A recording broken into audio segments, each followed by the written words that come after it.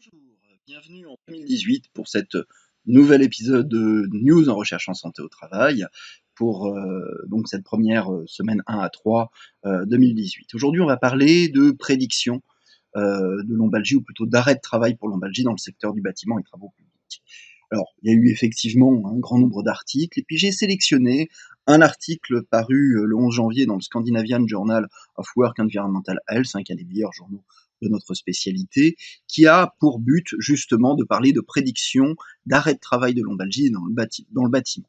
Alors, c'est une équipe hollandaise qui a travaillé sur un grand nombre de travaillants manuels d'un côté, de travaillants non manuels de l'autre, principalement des techniciens experts ou des travaillants de bureau, et a constitué ainsi une cohorte longitudinale observationnelle.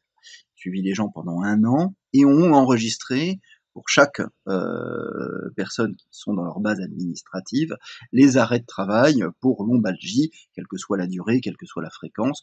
La chose, c'est que les lombalgies symptomatiques étaient exclues et donc on n'avait que les lombalgies non spécifiques. Ce qui est intéressant, c'est qu'ils ont pu construire 2 modèles, un modèle à 18 variables, un modèle à 6 variables, à partir du modèle logistique, je ne vais pas rentrer dans les aspects techniques. Ce qui est intéressant, c'est qu'il y avait à la fois des variables médicales, des variables état général, le fait de se sentir bien, et des variables professionnelles, et notamment 2 variables professionnelles, qui sont l'organisation du travail et les postures physiques particulières. Alors, ce qui est intéressant, c'est que effectivement, le modèle, qu'il soit à 6 ou à 18 variables, est statistiquement significatif, mais très clairement insuffisant en termes de valeur prédictive, qu'elles soient négatives ou positives, suffisant pour prédire et se dispenser d'une surveillance étroite, et y compris médicale et professionnelle. Intéressant parce qu'effectivement, ils ont mis des courbes ROC, ils ont une aire sur la courbe qui est statistiquement différente de 0,5, mais qui reste inférieure à 0,7, un de peu. Mais voilà, en gros, on prédit 7 cas sur 10, et ça veut dire qu'il y en a 3 cas sur 10 qui ne sont pas prédits. Donc, en dehors des limites, c'est une approche très macro. Finalement, on s'est intéressé aux arrêts de travail. Il y a de nombreux travaillants qui, justement, ne vont pas déclarer des arrêts de travail puisqu'ils ont trop peur de perdre une activité et d'avoir des soucis socio-professionnels.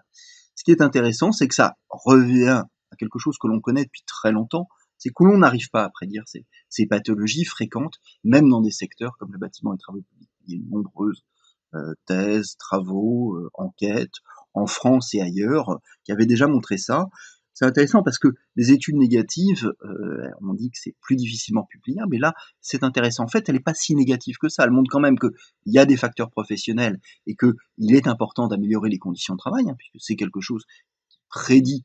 Alors, si on arrive à diminuer, on va diminuer effectivement le score de prédiction.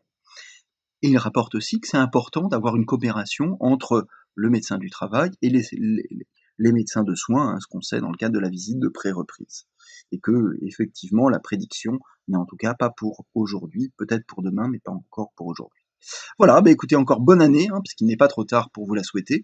Et puis je vous donne rendez-vous, je vous rappelle les principes et les limites, dans 2 semaines, pour un nouvel épisode de News en recherche en santé au travail. Au revoir.